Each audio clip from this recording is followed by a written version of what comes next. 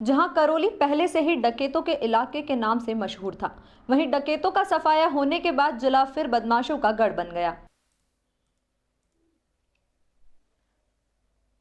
जिले के लोगों को रोज हत्या, फायरिंग, रेप तस्करी, हथियार तस्करी, स्मैक तस्कर, खनन माफियाओं और असामाजिक तत्वों से परेशान होना पड़ता था और डर के साए में जीने को मजबूर थे। लेकिन भजनलाल सरकार के कार्यकाल संभालते ही कानून व्यवस्था पर सख्ती की कार्रवाई के सख्त निर्देश देने के बाद मार्च 2024 में पुलिस कप्तान के रूप में आईपीएस ब्रिजेश ज्योति उपाध्याय को कमान सौंपी गई।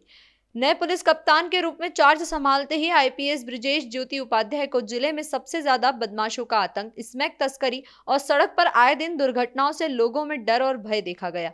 फिर क्या था, खुद ही स्पेशल पुलिस टीम बनाई, देर रात तक जागते हुए टीम को अपराधियों को चिन्हित करने के निर्देश दिए, खुद मॉनिटरिंग करते और साल के अंत में कानून व्यवस्था से जिले के लोग खुश नजर आए।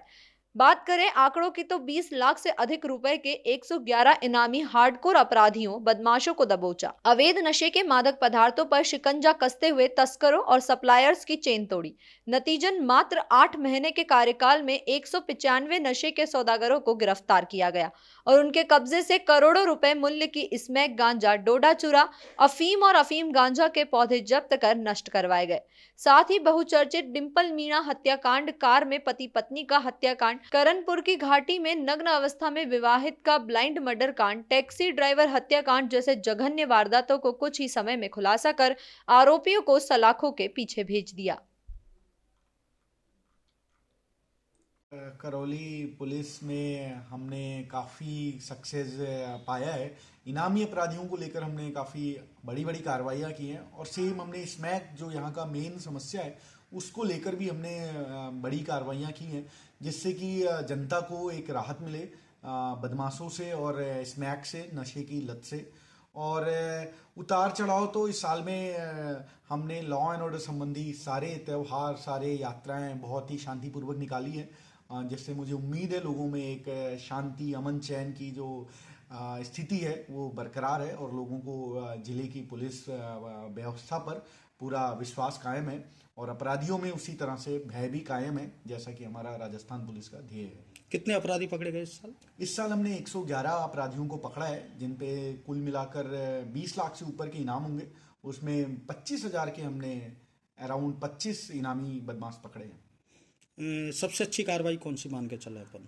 इनाम राशि अगर देखते हैं तो हमने 40,000 का जो बदमाश था दौलत हत्याकांड का फरार अभियुक्त योगेन गुजर, जिसको हमने देहरादून से पकड़ा था। उसके अलावा हमने कई सालों से फरार मोहन राज मीना, दर्शन गुजर और ऐसे इनामी बदमाशों को पकड़ा है। सवाई माधोपुर के वांटेड इनामी बदमाशों को भी पकड़ा है हमने। तो इस तरह के हमने काफ़ी कार्रवाइयाँ की। कई हत्याकांड का अच्छा खुलासा किया आपने। हाँ, यहाँ पे 2-3 बड़े मर्डर हुए थे। एक करणपुर घाटी में मृतक महिला का शव मिला था और मासलपुर आगरा रोड पर सुबह अर्ली मॉर्निंग 2 पति पत्नियों के गोली मारकर हत्या की गई थी। इसी तरह डिंपल मीना हत्याकांड भी हुआ था। इस तरह के कई बड़े बड़े चुनौतीपूर्ण मामले थे जिनको हमने त्वरित गति से उनका सफल खुलासा। एनडीपीएस एक्ट मामले में कितने आरोपी गिरफ्तार किए? एनडीपीएस एक्ट मामले में इस पूरे साल 200 के करीब अपराधी गिरफ्तार हुए हैं, जो पिछले साल के मुकाबले अराउंड 70% अधिक है। और हमने 75 मुकदमे दर्ज किए हैं इस एक्ट को लेकर, जिससे कि एक तरीके से हमने स्मैक की चेन को तोड़ने में हम कारगर साबित। हेलमेट को लेकर अब क्या कहोगे? एक्सीडेंट को हेलमेट लगाओ, जान बचाओ। करौली में हेलमेट लगाने की आदत नहीं है लोगों में। मैं इससे अपील भी करूंगा और एक वार्निंग भी दूंगा कि आप हेलमेट नहीं लगाएंगे तो आपके खिलाफ जो मैक्स अधिक से अधिक परिवर्तन राशि है वो हम लगाएंगे और आपका जुर्माना काटेंगे। इससे बेटर है आप हेलमेट खरीदें, हेलमेट लगाएं और हमेशा हेलमेट लगाकर ही करौली जिले में चलें। Thank you.